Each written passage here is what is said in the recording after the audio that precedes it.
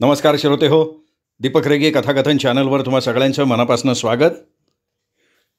श्रोते हो, तुम्ही ऐकताय सुरेश वैद्य यांची आटोकाट ही कादंबरी आणि आज भाग 4.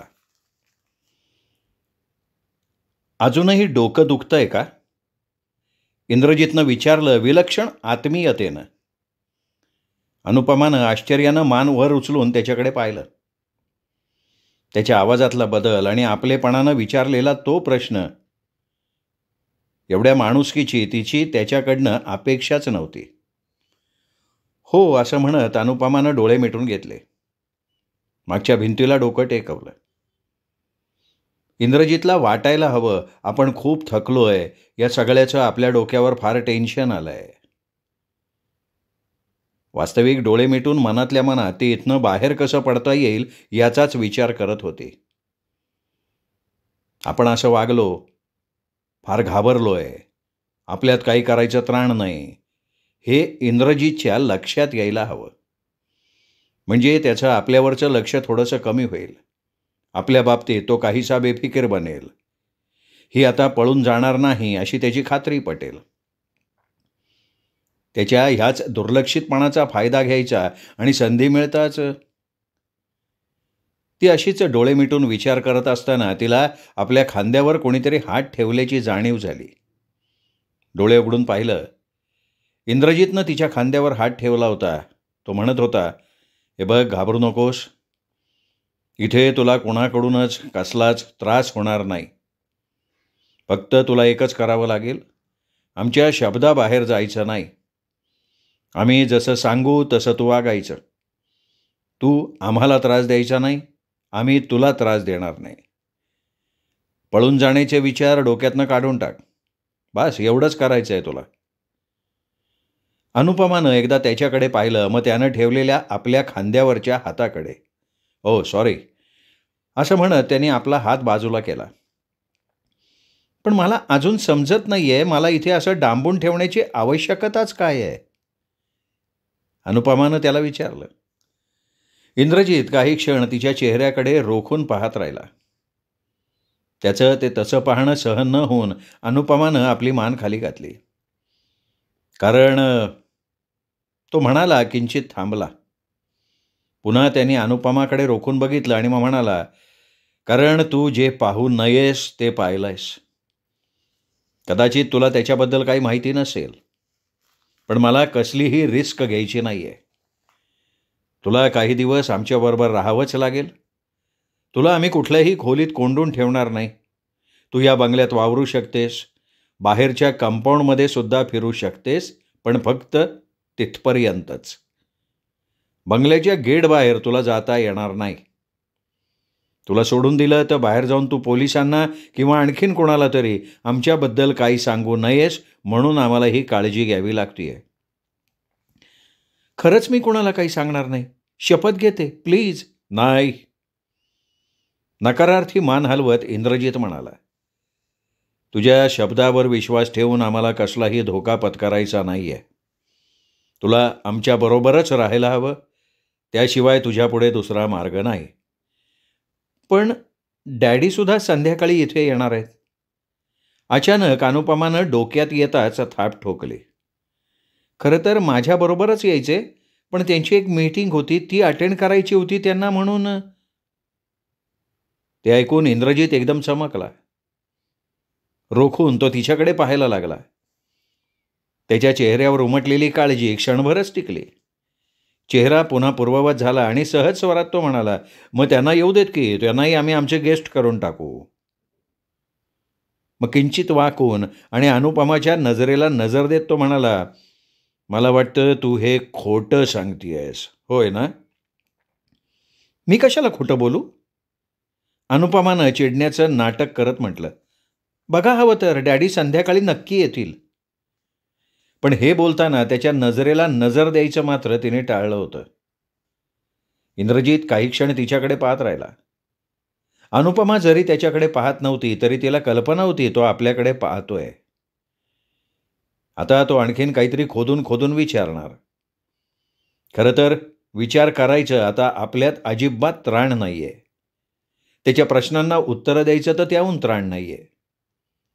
सगळं अंग कसकसून आल्यासारखं झालंय.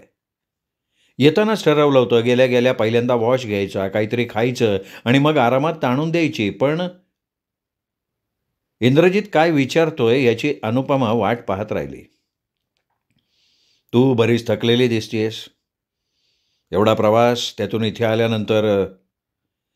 इंद्रजितनं वाक्य अर्धवट सोडलं.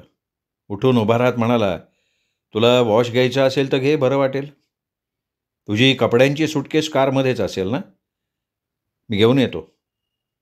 मी येईपर्यंत इथून हलू नकोस. जाता जाता पुन्हा त्यांनी वॉर्निंग दिली.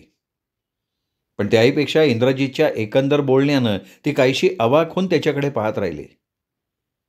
त्याच्या वागण्या बोलण्यातले हे बदलते रंग पाहून ती खरोखर चक्रावून गेली. मगाशी तो तिला बदमाश, काहीचा क्रूर, खुनशी वाटत होता, पण आता त्याचं वागणं किती सभ्य, आदबशीर होतं. आपल्या पाहुण्याची बडदास्त ठेवावी तशी तो तिची बडदास्त ठेवू पाहत होता. तो गेल्यावर उठून सगळ्या खोल्या तपासाव्यात असं अनुपमाच्या मनात आलं. सुटकेसाठी काही मार्ग आहे का ते पाहावं असं तिला वाटलं, पण हिंमत होत नव्हती. जाताना त्याने दिलेली वॉर्निंग, आपण जोवर चांगलं वागू तोवर तो आपल्याशी चांगलंच वागणार. तोपर्यंत तरी आपल्याला तो काही त्रास देणार नाही. उलट 2 वेळा आपण त्याच्या हातातनं निसटण्याचा प्रयत्न करूनही त्याने आपल्याला हात लावलेला नाही. पण त्याचा हा संयम प्रत्येक वेळी टिकेलच असंही नाही. पुन्हा तसा प्रयत्न केला तर कदाचित. पण म्हणून काय, आपण त्याच्या तालावर नाचायचं? आपल्याच बंगल्यात या बदमाशांच्या कैदेत राहायचं? नाही नाही, आपण इथनं निसटायचा प्रयत्न करायचा, अगदी शेवटपर्यंत. फक्त आतताईपणा करायचा नाही. त्याच्या म्हणण्याप्रमाणे चांगलं वागतोय असं दाखवायचं आणि संधीची वाट पाहत राहायचं. इंद्रजित परत आला तेव्हा ती तशीच खुर्चीवर बसून राहिली होती. त्यानं हातातली सुटकेस तिच्यासमोर ठेवली. आपल्या मनातल्या विचारांचा इंद्रजितला थांगपत्ता लागू नये म्हणून किंचित हसत ती म्हणाली, थँक्स. बाथ घेण्यापूर्वी मी आणखीन 1 कप कॉफी प्यायले तर चालेल ना? शुअर. पाहुण्यांना हवं ते देणं आमचं कर्तव्यच आहे. म्हणत असशील तर मी करून देतो. अनुपमानं त्याच्याकडे पाहिलं. पाहुणे हा शब्द वापरताना त्याच्या चेहऱ्यावर काही उपरोधिक भाव वगैरे आहेत का? पण नाही, तो अगदी दिलखुलास हसत होता. तोच त्याच्या प्रभावी व्यक्तिमत्वातला एक महत्त्वाचा भाग, आकर्षक हसण्याची स्टाईल. नाही नको, मी करते. ओके, मग माझ्यासाठी 1 कप ठेव, मी आलोच. असं म्हणत तो हॉलमध्ये गेला. तिथून वरच्या मजल्यावर गेला का बाहेर पडला ते अनुपमाला समजलं नाही. अनुपमा खुर्चीवरनं उठली. मगाचचं कॉफीचं सामान तसंच पडलं होतं. अनुपमानं बेसिनमध्ये कॉफीचं पातेलं विसळलं, त्यात पाणी ठेवून शेगडीवर ठेवलं, बटन ऑन केलं. कॉफी करताना पुन्हा तिचे विचार सुरू झाले. हा इंद्रजित गेलाय कुठे? कदाचित आपल्या साथीदारांकडे गेला असावा. तो म्हातारा मगाशी आपल्याला वरच्या मजल्यावरच्या खिडकीत दिसला होता. म्हणजे ही सगळी गँग वरच्या मजल्यावर उतरली आहे का काय? आपली रूम सुद्धा वरच्या मजल्यावर आहे. हे लोक आजूबाजूला असताना आपल्याला शांत झोप येईल का? शिवाय सतत त्यांच्यासमोर वावरायचं. त्यांच्या त्या नजरा प्रत्येक वेळी आपल्या सर्वांगावर. शी. याबाबतीत तरी आपण आपला हट्ट सोडायचा नाही.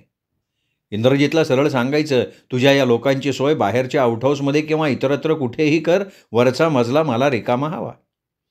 माझ्या आजूबाजूला कोणीही असता कामा नये. पण तो हे मान्य करेल? करायलाच लावायचं. कॉफी तयार होत असताना इंद्रजित परत आला. अनुपमानं कॉफीचा मग त्याच्या हातात दिला. अनुपमा आता अगदी सहज दिसण्याचा, वागण्याचा प्रयत्न करत होती. इंद्रजितनं विचारलेल्या प्रश्नांची उत्तरं अगदी सहजपणे देत होती, जणू काही खूप दिवसांपासून त्या दोघांची ओळख आहे. तशी ती जास्त स्वतःहून बोलत नव्हती. तो विचारेल तेवढ्या प्रश्नांची उत्तरं देत होती. जास्त अघळपघळ बोलणं म्हणजे त्याचा संशय वाढवणं, तेवढा तो निश्चित हुशार आहे. आणि अनुपमा जास्त बोलत नव्हती याचा अर्थ ती अतिशय थकली आहे असा इंद्रजितनं अर्थ घेतला होता. म्हणूनच मग त्यानंही तिला जास्त छेडण्याचा प्रयत्न केला नाही. कॉफी संपल्यावर मग ओट्यावर ठेवत इंद्रजित म्हणाला, चल तुला तुझी खोली दाखवतो." अनुपमानं क्षणभर त्याच्याकडं पाहिलं. मग अगदी शांत स्वरात ती म्हणाली, "हा बंगला आमचा आहे. इथे मी अनेक वेळा येऊन गेली आहे. तेव्हा माझी रूम कोणती आहे ते मला माहिती आहे." तिच्या आवाजातला उपरोधिकपणा जाणवूनही इंद्रजितच्या चेहऱ्यात कसलेही फेरफार झाले नाहीत. उलट तो दिलखुलास हसला आणि म्हणाला, "अरे खरंच की मी ते विसरून गेलो होतो. आम्ही इथे उपरे होत नाही का? हो, हो, हो. Sorry, sorry, sorry. चल मी तुझ्याबरोबर येतो." तो तिला आपल्या नजरेआड करायला तयार नव्हता. हे कारण होतंच, शिवाय ती खरोखर तिच्या खोलीत जातीये का नाही हे त्याला पाहायचं होतं. याचा अर्थ ती अनुपमा सामंत आहे यावर त्याचा अजूनही विश्वास बसायला तयार नव्हता. अनुपमानं त्याला हो, नाही काहीच म्हटलं नाही. कारण आपल्या विरोधाचा काही उपयोग होणार नाही याची तिला कल्पना होती. सुटकेस उचलून ती मुकाट्यानं किचनमधनं बाहेर पडली. तिची रूम वरच्या मजल्यावर होती. संडास बाथरूम अटॅच्ड. बाहेर बाल्कनी. ह्या बाल्कनीत उभं राहिलं की समोरच्या खंडाळा स्टेशनचा प्लॅटफॉर्म अगदी स्पष्ट दिसायचा. येणाऱ्या जाणाऱ्या ट्रेन्स खेळण्यातल्या बॅटरीवर चालणाऱ्या ट्रेनसारख्या दिसायच्या. कारण किनारा उंच कड्यावर होता.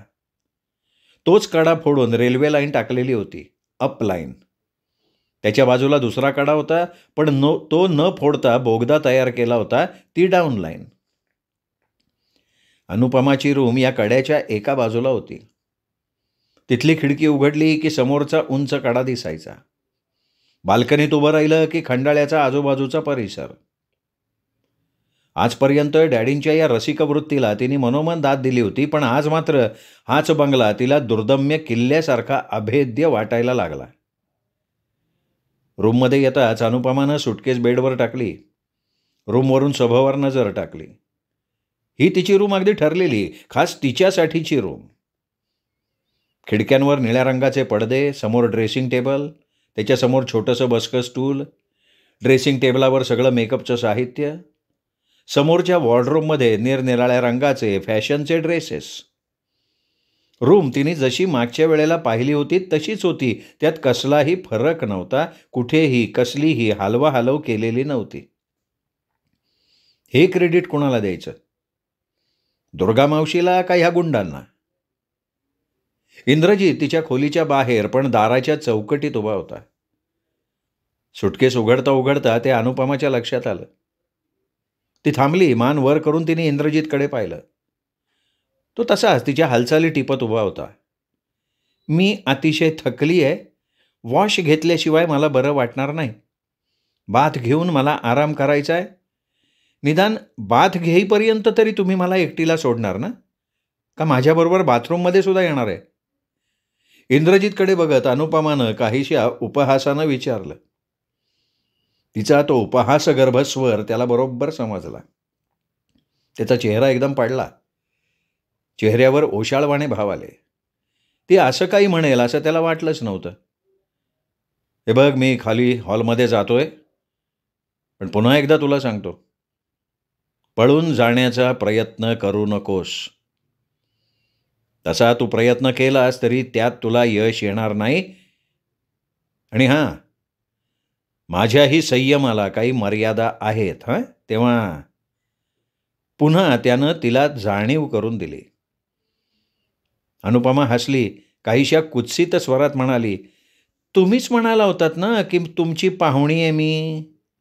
आणि पाहुणे कधी पळून जायचा प्रयत्न करत नाहीत." हां, अगदी बरोबर आहे. पण काही पाहुणे असे असतात की त्यांना पाहुणचार आवडत नाही. मग ते या पाहुणचारातनं सुटण्याचा प्रयत्न करतात, नाही का? इंद्रजित बोलण्यात हार जाणारा नव्हता. "अच्छा, तू आंघोळ कर, आराम कर, काही हवं असेल तर हाक मार." इंद्रजित दारातनं माघारी वळला. 2 पावलं पुढे जाऊन पुन्हा थांबला. वळून अनुपमाकडे बघितलं. अनुपमा त्याच्या पाठमोऱ्या आकृतीकडे पाहत होती, काहीशा संतप्त मुद्रेनं. इंद्रजितनं असं अचानक वळून पाहिल्यानं त्यानं ते तिच्या चेहऱ्यावरचे भाव नेमके टिपले. इंद्रजितची नजर तिच्या चेहऱ्यावर क्षणभर रेंगाळली. मग त्याचा स्वर काहीसा मिश्किल झाला. तो म्हणाला, तू रागावलीस की सुंदर दिसतेस बरं का. अर्थात न रागावताही तुझा चेहरा तसा सुंदर दिसतोच म्हणा. आणि अनुपमा ह्यावर काही बोलण्यापूर्वी तो खाली निघून गेला. अनुपमा तो गेला त्या दिशेकडे पाहत राहिली. आपल्या सौंदर्याची त्याच्या तोंडून तारीफ ऐकून, का ज्या धाडसानं त्यानं ते म्हटलं होतं हे न कळून. कोणास ठाऊक. श्रोते हो, हा होता सुरेश वैद्य यांच्या आटोकाट या कादंबरीचा 4था भाग. 5वा भाग उद्या. पण तत्पूर्वी अजूनही तुम्ही चॅनल सबस्क्राईब केलं नसेल, तुमच्याकडनं चॅनल सबस्क्राईब करायचं राहून गेलं असेल तर प्लीज चॅनल सबस्क्राईब करा. सबस्क्राईबच्या बटनाशेजारी जे घंटीचं चिन्ह आहे, बेल आयकॉन, ते प्रेस करा. येणाऱ्या पर्यायातनं ऑल हा पर्याय निवडा. म्हणजे मी चॅनलवर कादंबरीचा भाग किंवा कुठलीही कथा अपलोड केली की त्याचं नोटिफिकेशन ताबडतोब सगळ्यात आधी तुम्हाला मिळेल. चला श्रोते हो, भेटूयात उद्या सुरेश वैद्य लिखित आटोकाट या कादंबरीच्या 5व्या भागासह.